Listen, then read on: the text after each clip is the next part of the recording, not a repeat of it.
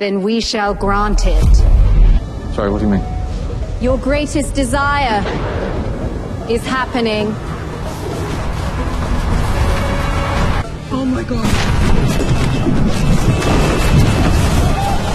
Plastic suddenly started pouring down from the sky, bringing countless cities to a standstill. News outlets everywhere urged people to stay indoors. And once the disaster passed, cleaning up the streets turned into a massive challenge. There was even a huge ship that had washed up out of nowhere on the streets of New York. 114 years after she began her maiden voyage, the Titanic has finally reached her destination. Just one of the impossible sights of the streets of New York today.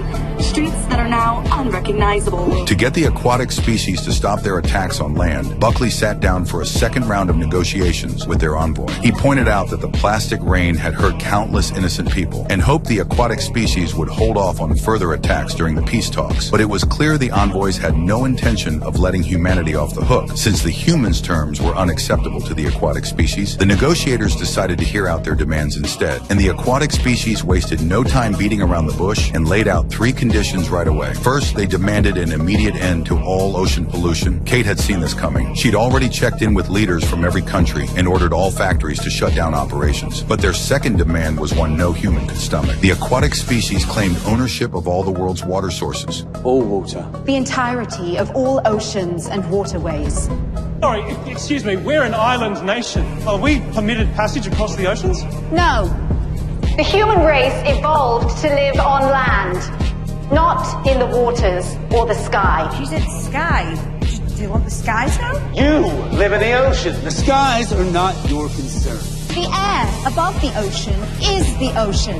This is our space. A demand that would be absolutely devastating for island countries. As outrage over the unfair terms grew, more and more people spoke up against them. How dare you come in here and dictate the future of the human race? You are condemning developing countries to death.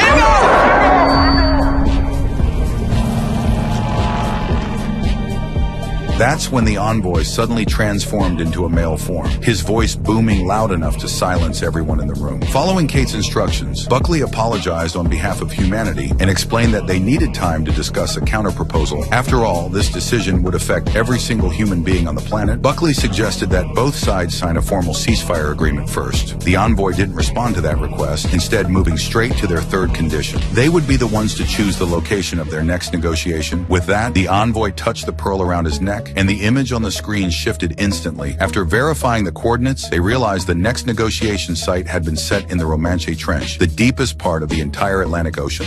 You would like us to meet underwater?